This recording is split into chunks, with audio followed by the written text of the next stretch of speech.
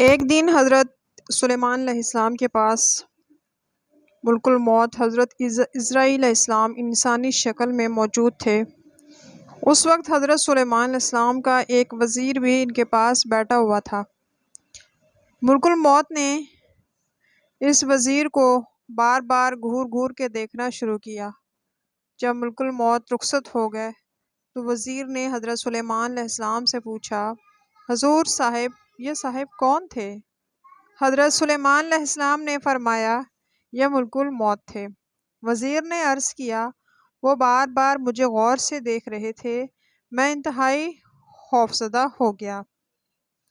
مہربانی فرما کر ہوا کو حکم دیجیے کہ مجھ کو کوئی فی الفور بوماس کے جزیرے میں پہنچا دے۔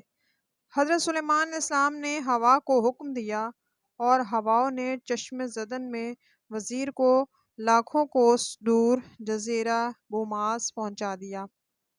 وزیر نے جو ہی جزیرے پر قدم رکھا، ملک الموت نے اس کی روح قبض کر لی۔ کئی روز بعد ملک الموت پھر حضرت سلیمان علیہ السلام کی خدمت میں حاضر ہوئے۔